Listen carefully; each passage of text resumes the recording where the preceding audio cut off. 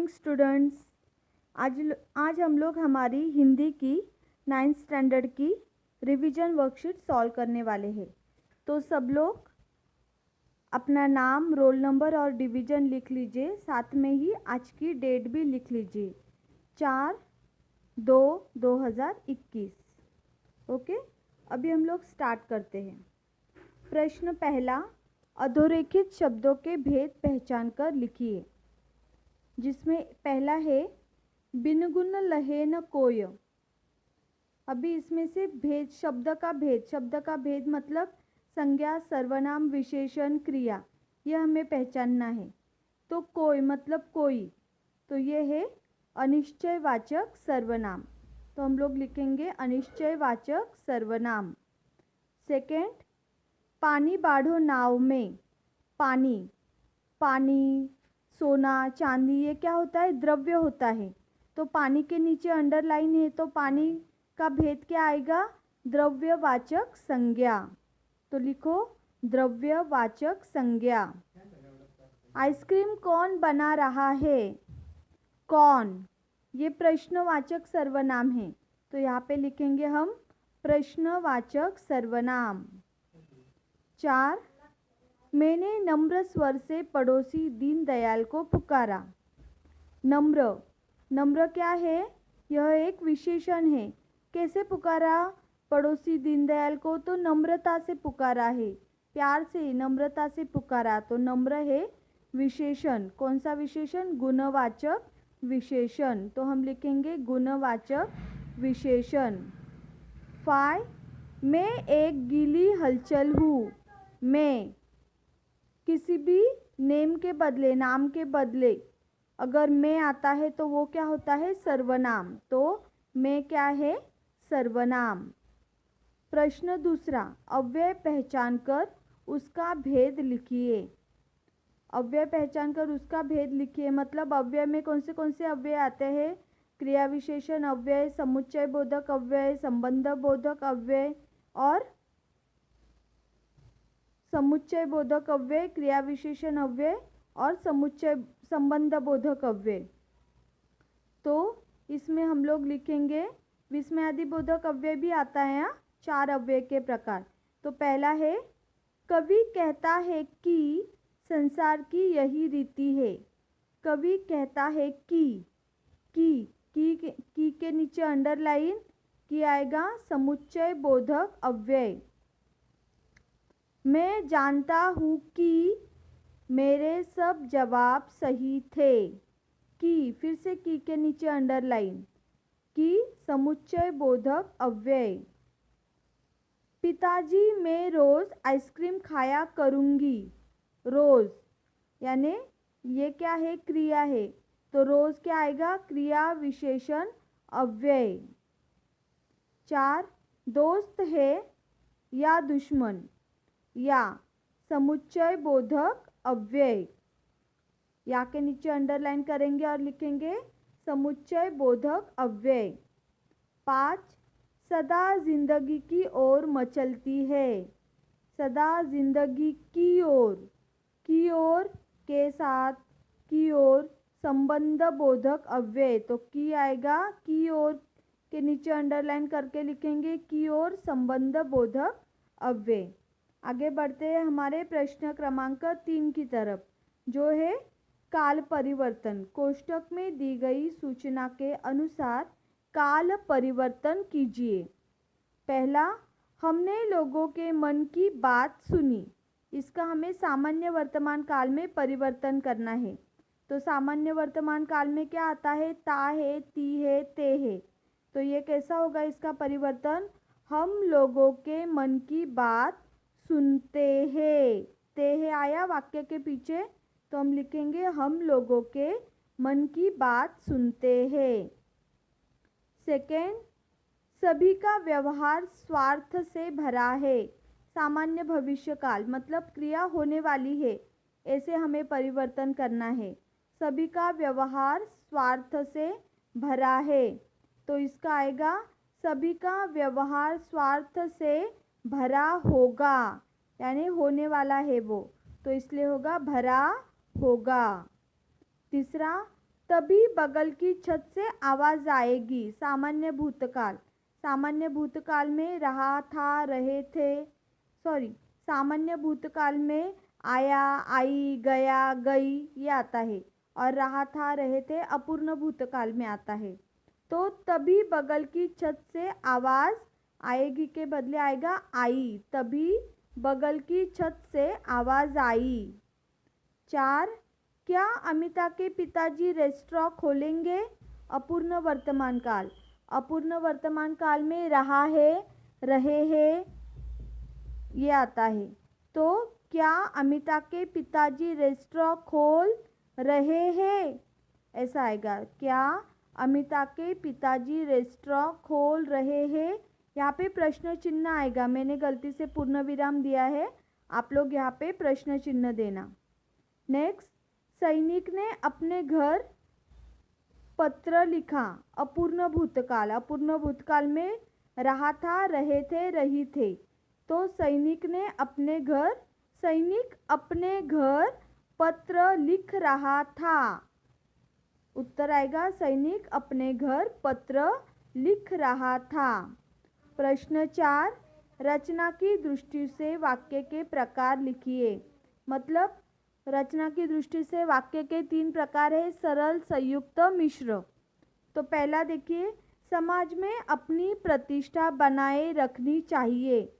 ये simple sentence है, इसमें ना ही कोई जोड़ शब्द है, ना ही एक वाक्य दूसरे वाक्य पे डिपेंड, एक फुल सेंटेंस है। तो यह वाक्य है सरल वाक्य, तो लिखेंगे सरल वाक्य। सेकंड, पैसा लेते समय आनंद आता है। एक वाक्य, पर ऋण चुकाने की नौबत नहीं आती, नियत नहीं होती, पर ऋण चुकाने की नियत नहीं होती। तो पर आया है, 2 वाक्यों को पर शब्द ने जोड़ा है, तो यह है संयुक्त वाक्य। थर्ड, जैसा करोगे वैसा फल पाओगे। जैसे कि मैंने आपको बताया था, जैसा वैसा जिस वाक्य में आता है वह होता है मिश्र वाक्य। तो यह वाक्य कौन सा है? मिश्र वाक्य। वह कौन सा प्राणी है जिसने मेरे जल का सेवन ना किया हो। यह भी कौन सा वाक्य है? वह, जो, सो, ये वाक्य में जब आता है तो वह वाक्य भी होता है मिश्र वाक्य। और यहाँ पे एक वाक्य दूसरे वाक्य पे डिपेंडेंट भी है, तो यह है मिश्र वाक्य। 5वां, अनेक छोटी छोटी नदियाँ दौड़ी दौड़ी आती है और मुझ में मिल जाती है। अनेक छोटी छोटी नदियाँ दौड़ी आती है, एक वाक्य, मुझ में मिल जाती है दूसरा वाक्य, और इस योजक शब्द ने दोनों वाक्यों को जोड़ा है, तो यह वाक्य है संयुक्त वाक्य। तो हम लिखेंगे इसका आंसर संयुक्त वाक्य। प्रश्न 6, अर्थ की दृष्टि से वाक्य परिवर्तन करके लिखिए। इसमें पहला है, सब तुमसे मिलने को उत्सुक है। इसका करना है आज्ञार्थक वाक्य, तो आज्ञा देनी है, तो क्या लिखेंगे? तुम सबसे मिलो, लिखेंगे तुम सबसे मिलो। सेकेंड, मुझे भगवत गीता के अध्ययन का शौक लगा। इसका विस्मयादिबोधक वाक्य में परिवर्तन करना है, वाह, मुझे भगवत गीता के अध्ययन का शौक लग गया। वाक्य पूर्ण विराम देंगे। थर्ड, पैसे वालों के लड़के भी इस ग्रुप में शामिल हुए। प्रश्नार्थक वाक्य। प्रश्नार्थक वाक्य में मैंने क्या बताया था आपको कि यहाँ पे वाक्य के शुरुआत में क्या लगाना है आपको, और बाकी का सेंटेंस वैसे के वैसे लिखना है, और लास्ट में क्वेश्चन मार्क। तो आंसर आएगा, क्या पैसे वालों के लड़के भी इस ग्रुप में शामिल हुए? Question mark. नेक्स्ट, क्या अमिता के पिताजी रेस्टोरेंट खोल रहे हैं? विधानवाचक वाक्य। तो विधानवाचक वाक्य में हमें क्या करना है? क्या निकाल देना है। अमिता के पिताजी रेस्टोरेंट खोल रहे हैं लिखेंगे, और इसके बाद देंगे हम लोग विस्मयादिबोधक चिन्ह। यहाँ पे पूर्ण विराम का चिन्ह दिया है मैंने, वहाँ पे आएगा विस्मयादिबोधक का चिन्ह। अमिता के पिताजी रेस्टोरेंट खोल रहे हैं, विस्मयादिबोधक का चिन्ह आएगा, एक यानी पूर्ण विराम के चिन्ह के नीचे छोटा सा डॉट आएगा। 5, कंपनी के पास लिखा लिखाया कुछ है। निषेधार्थक वाक्य में परिवर्तन करना है। निषेधार्थक वाक्य में नहीं का उपयोग करना होता है। तो आंसर क्या आएगा? कंपनी के पास लिखा लिखाया कुछ नहीं है। कंपनी के पास लिखा लिखाया कुछ नहीं है। ओके, समझ में आया आपको? नेक्स्ट बढ़ते हैं प्रश्न क्रमांक 6 की ओर। शब्दों की संधि कीजिए। उदाहरणार्थ महा प्लस औषधि यानी महाऔषधि, महौषधि। तो पहला है हिम प्लस आलय, तो हिम प्लस आलय का क्या आता है? हिमालय। सेकेंड, गुरु प्लस उपदेश, उसका आता है गुरुपदेश। थर्ड, गज प्लस इंद्र, गजेंद्र। 4, महा प्लस उत्सव, महोत्सव। पुण्य प्लस आत्मा, पुण्यात्मा। प्रति प्लस एक, प्रत्येक। वाक प्लस ईश, वागीश। महा प्लस आशय, महाशय। जगत प्लस ईश, जगदीश। दिक प्लस अंबर, दिगंबर। नेक्स्ट, समानार्थी शब्द लिखिए। खटकत यानी पीड़ा देना। समानार्थी शब्द में पर्यायवाची शब्द करके भी प्रश्न आता है आप लोगों को।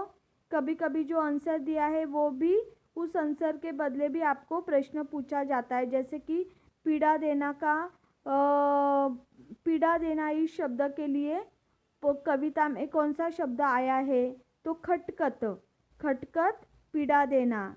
जिय हृदय, माही में। बिसारी भूल, सुधी सोच, बानी कथन। प्रतीति विश्वास, सुमिरन स्मरण। अबोध मासूम, प्रतिवाद विरोध। दरखास्त अर्जी, जुगाड़ प्रबंध या व्यवस्था। अमानत धरोहर। रणबांकुरा बहादुर या फिर वीर या फिर योद्धा, तीनों में से कोई भी एक। बिंब छाया, इंदु चंद्रमा। रेखांकित शब्दों के कारक पहचान कर उसका भेद लिखिए। प्रश्न 8वां, उसमें पहला है पुल से कार गिरी। पुल से आया, पुल से कार गिरी, तो अलगाव हुआ है, तो अलगाव के इसमें क्या आता है? अपादान कारक, तो यहाँ पे आएगा अपादान कारक। बंदर खपरेल पर बैठा है, खपरेल पर बैठा है, तो आंसर आएगा अधिकरण कारक। मनोज ने खाना खाया, मनोज ने आया है, जिस वाक्य में ने आता है वो होता है कर्ता कारक, तो यहाँ पे आएगा कर्ता कारक। 4, महावत हाथी को खिलाता है। अभी यहाँ है महावत हाथी को जब आता है वाक्य में वो क्या होता है? कर्म कारक, तो ये है कर्म कारक। और लास्ट 5वां है भारत में धूम मच गई। भारत में धूम मच गई, तो यहाँ पे आएगा आंसर अधिकरण कारक। तो इस तरह से हमने हमारी रिवीजन वर्कशीट सॉल्व की है। आपको पीडीएफ सेंड किया है, वो पीडीएफ आप अपने नोटबुक में लिख लेना। उसमें पत्र लेखन, विज्ञापन लेखन और निबंध लेखन भी दिया है, वो भी आप अच्छे से सॉल्व करना। पत्र लेखन लिखते वक्त आप ईमेल आईडी, नेम, एड्रेस और साइन करना मत भूलना। और कहानी लेखन में आपको कहानी लिखते समय पेन से बॉक्स ड्रॉ करना है, उस बॉक्स को अच्छे से डेकोरेट करना है और फिर उस बॉक्स के अंदर आपको विज्ञापन तैयार करना है। ज़्यादा से ज़्यादा पेन का ही यूज़ करना है। डेकोरेशन के लिए भी पेन का ही यूज़ करना है, पेंसिल का यूज़ नहीं करना है। बिना बॉक्स के विज्ञापन लिखना नहीं है। Okay, clear? Okay, bye, take care.